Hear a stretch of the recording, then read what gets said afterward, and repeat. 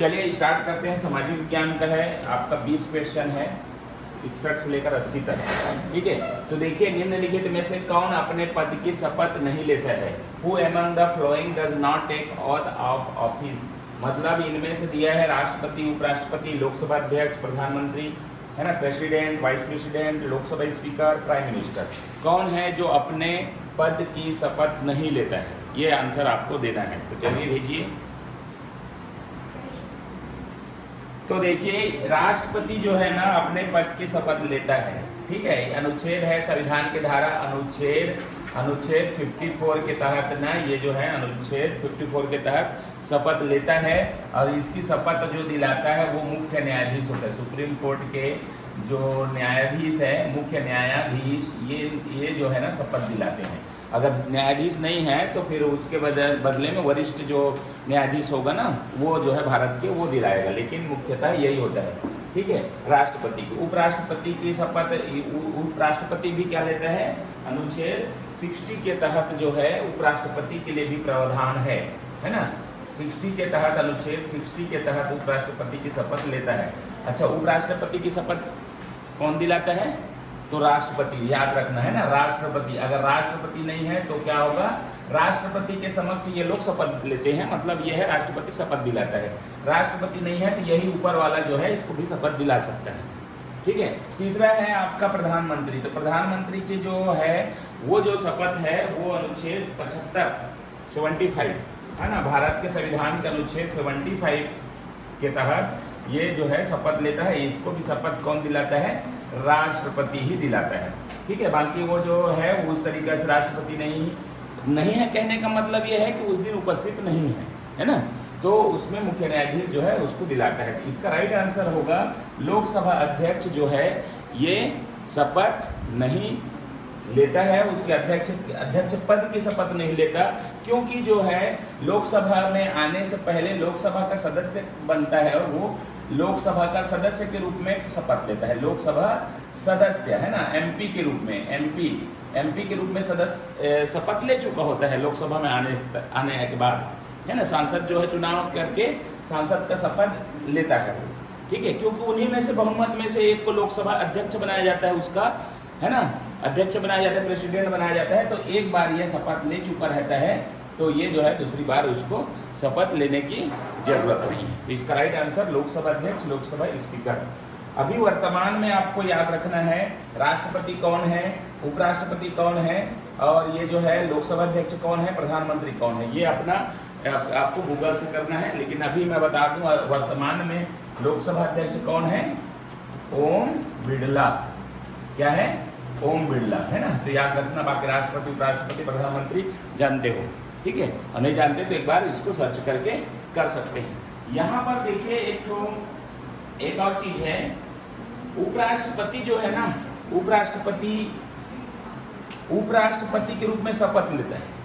जिस तरीके से लोकसभा अध्यक्ष के रूप में, लोकसभा सदस्य जो है सदस्य के रूप में शपथ लेता है, तो उपराष्ट्रपति के रूप में शपथ लेता है। तो उपराष्ट्रपति भारत का क्या होता है, भारत का के राज्यसभा का अध्यक्ष होता है, अध्यक्ष, या फिर हम बोल सकते हैं सभापति।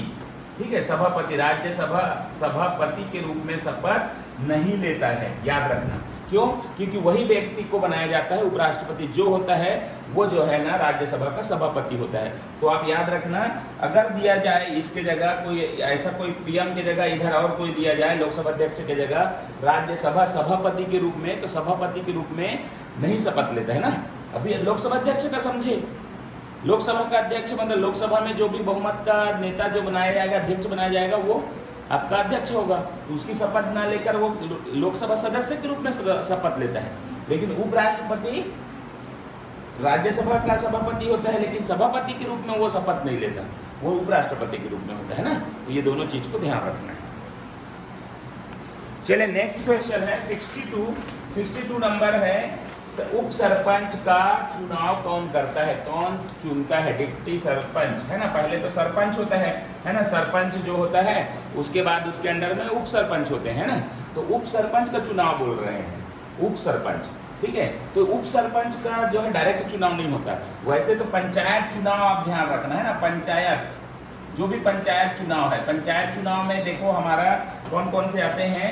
तो पहले है ग्राम पंचायत, ग्राम पंचायत में सरपंच होंगे, ठीक है। उसके बाद आ जाएगा जनपद पंचायत, तो इसमें अध्यक्ष होंगे, है ना, जनपद पंचायत अध्यक्ष। उसके बाद आता है जिला पंचायत, है ना। तो जिला पंचायत 3 है ये लेवल जो है छत्तीसगढ़ में, और भारत में भी लगभग 3 ही ऐसा चलता है चरण, ठीक है। ग्राम पंचायत में सरपंच होता है, ठीक है, सरपंच मुखिया होता है। जनपद में अध्यक्ष होता है, जनपद पंचायत अध्यक्ष, और जिला में अध्यक्ष ही होता है। तो इसका चुनाव जो बोल रहे हैं, सरपंच का चुनाव तो क्या करते हैं, चुनाव जनता लोग जो है ना क्या करते हैं, जनता लोग इसको चुनते हैं, वोट देते हैं, है ना। चुनाव का प्रचार करते हैं, प्रतिनिधि चुना जाता है, उसके बाद तो उसमें से उम्मीदवार खड़े होते हैं और ये चुना जाता है। तो सरपंच का चुनाव तो क्या होता है, जनता द्वारा होता है। तो यहाँ पर तो उप सरपंच का बोला है। तो यहाँ एक जो पंचायत चुनाव है, अनुच्छेद, संविधान के अनुच्छेद 243 से लेकर 251 तक या 53 तक ऐसा कुछ जाता है। 243 याद रखना, है ना। तो 243 में ही पंचायत चुनाव है। ये पंचायत क्योंकि नहीं इधर तक गया है, मतलब वो जनपद जिला के लिए है।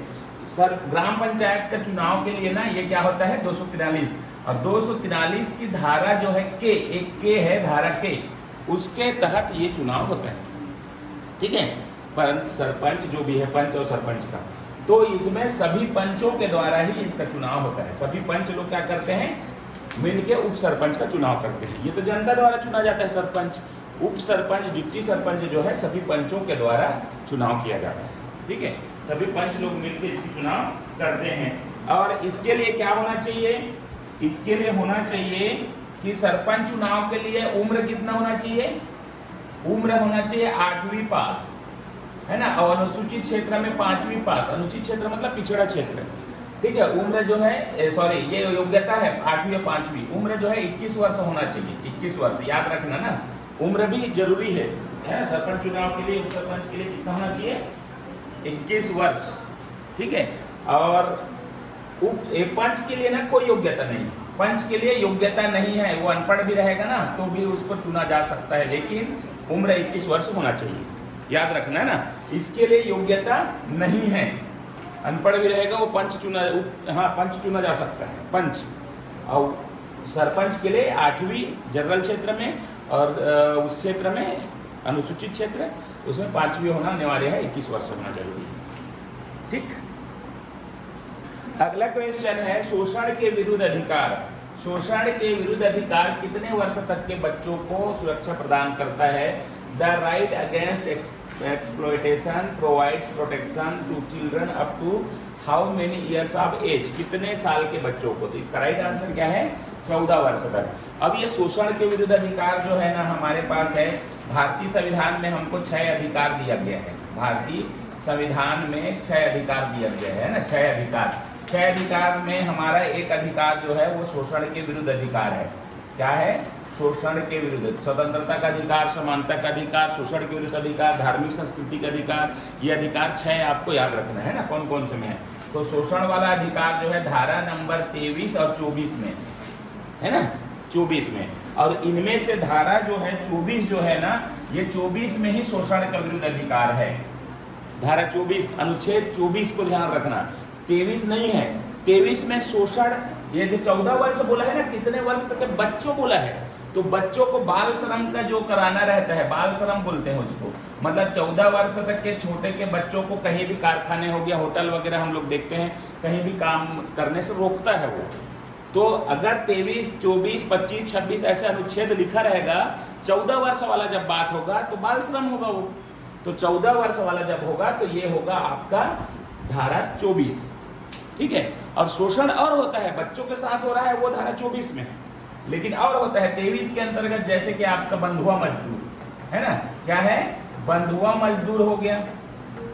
बंधुआ मजदूर समझ रहे हैं, बंधुआ मजदूर जैसे कि किसी बड़े लोगों, मालगुजार वगैरह लोग पहले क्या करते थे, उसको मदद करने या धन संपत्ति देने के बदले में उसको वहीं पर नौकर रख लेते थे, बंधुआ बना के रख लेते, जो जब चाहे उसको शोषण करें। अभी क्या है, काम का घंटे जो है 8 घंटे है ना, 8 घंटे से ज़्यादा कहीं भी काम कराया नहीं जा सकता है ना। तो वो पहले ऐसा नहीं था, नौकर है, 2 बजे रात को भी उसको काम लेना है तो करवाएगा वो, बंधुआ मजदूर उसको बोलते हैं ना। क्या बोलते हैं, बंधुआ मजदूर। मानव तस्करी, जैसे कि मानव है, ये भी मानव तस्करी के नाम से, ये भी मानव तस्करी, जैसे आपको बेच देते थे ना, ये भी तो शोषण ही है ना एक प्रकार से।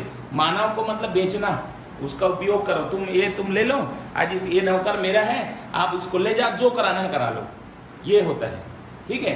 और होता है जैसे जबरन मजदूरी, यही है आपका जबरन मजदूरी। मानव तस्करी मतलब बेचना होगा ना, जबरन मजदूरी, जबरन मजदूरी